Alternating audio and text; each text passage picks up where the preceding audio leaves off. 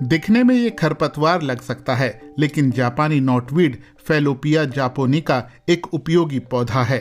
ये पौधा दक्षिणी फ्रांस में रॉन नदी की इस सहायक नदी के किनारों पर कमोबेश सभी जगह होता है।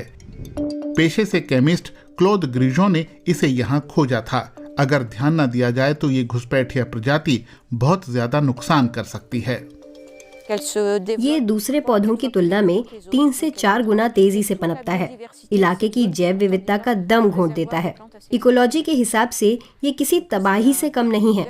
आर्थिक नजरिए से भी उतना ही विनाशकारी है, क्योंकि ये इस नदी के प्रवाह में अड़चन पैदा करता है, जिसका काम रोन के अतिरिक्त पानी को रेगुलेट करना है।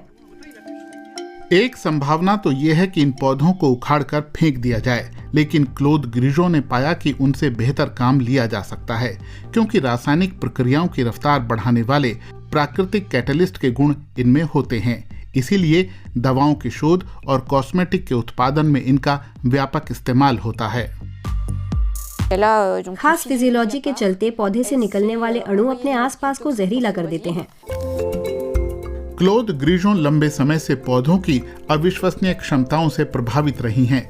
10 साल से भी ज्यादा हुए जब वो न्यू कैलेडोनिया में देसी प्रजातियों की खास खूबियों पर छात्रों के एक दल के साथ शोध कर रही थीं। न्यू कैलेडोनिया में मैंने पौधों की ऐसी कुछ असाधारण प्रजातियां पाईं जो प्रदूषण को सहन कर लेती हैं। यही नहीं, अपने आसपास से धातुएं खींच लाती हैं और अपने पत्तों में जमा कर लेती हैं। इन पौधों की बदौलत मिट्टी को पुनर्जीवित किया जा सकता है, जो धातुओं की मौजूदगी से पूरी तरह नष्ट हो चुकी हैं।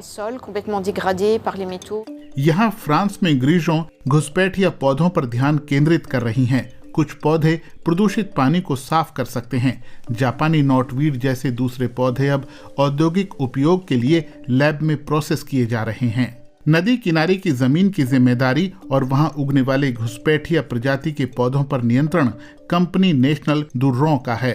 वैज्ञानिकों के साथ मिलकर बहुत से प्रशासनिक इलाकों में पौधे उगाए जाते हैं। हम लोग पेस्ट कंट्रोल तकनीकें विकसित कर रहे हैं। उनका इस्तेमाल अलग अलग पौधों पर बड़े या छोटे पैमाने पर किया जा सकता है।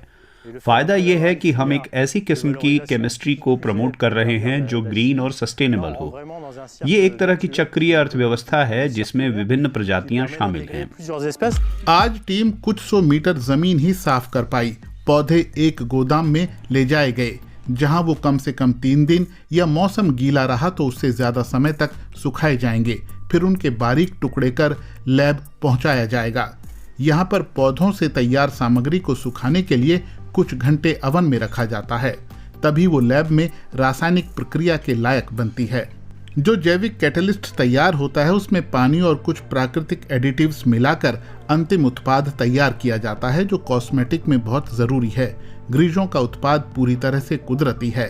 पर्सनल केयर के उत्पादों में हानिकारक पेट्रोलियम पदार्थों से निजात पाने को तत्पर इंडस्ट्री के लिए ये साफ सुथरा विकल्प है। लोग सोचते हैं कि केमिस्ट्री भयंकर पर्यावरणीय दुष्प्रभावों वाला विषय है। ये सही है, लेकिन केमिस्ट्री हमें इकोलॉजी की बेहतर समझ भी देती है कि आणविक स्तर पर कोई पौधा या कीड़ा कैसे काम करता है। लिहाजा केमिस्ट्री का पर्यावरण पर अच्छा असर है। इन दोनों विषयों का समन्वय बनाने में मेरी दिलचस्पी है।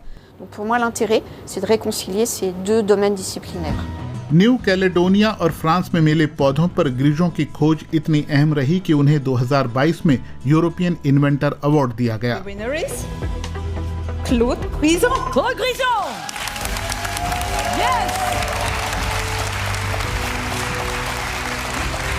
क्लोद ग्रीजों 2 कंपनियां स्थापित कर चुकी हैं, जो सबूत है कि उनके जैविक कैटलिस्टों की भारी मांग है।